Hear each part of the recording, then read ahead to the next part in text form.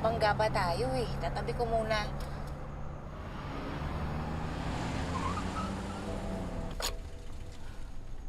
Alam mo, hindi naman natin kailangan sundan yung sasakyan kung gusto mo makita yung anak ni Charlene.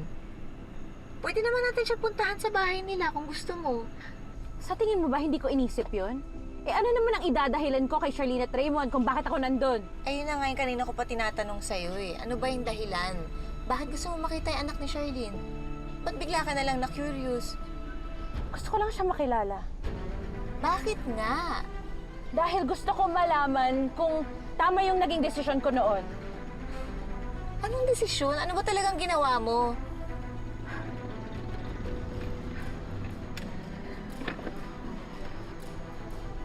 Yung anak ni Charlene at Raymond, hindi nila anak yung kinikilala nilang anak ngayon. Ha? Kasi anong pinagsasasabi mo? Hindi nila anak yung anak nila. Dahil akin siya. Anak ko siya, ako ang mami niya. Ako? Pinagtitripan mo ba ako, Kaz?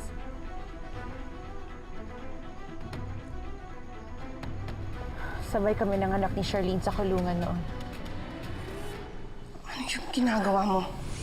Ibalik mo yung baby ni Charlene, Divina. Ako magpapalaki sa lecheng anak ni Charlene.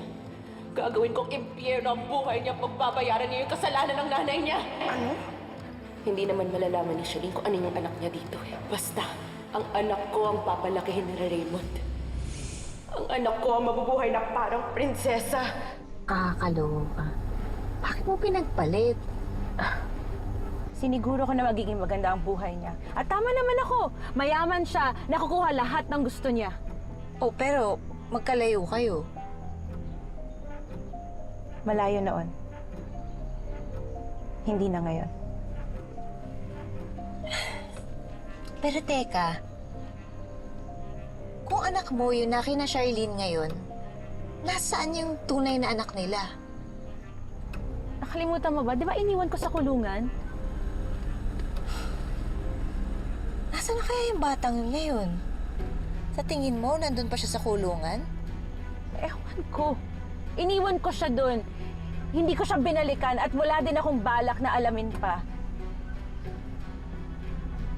Baka nga patay na yun eh.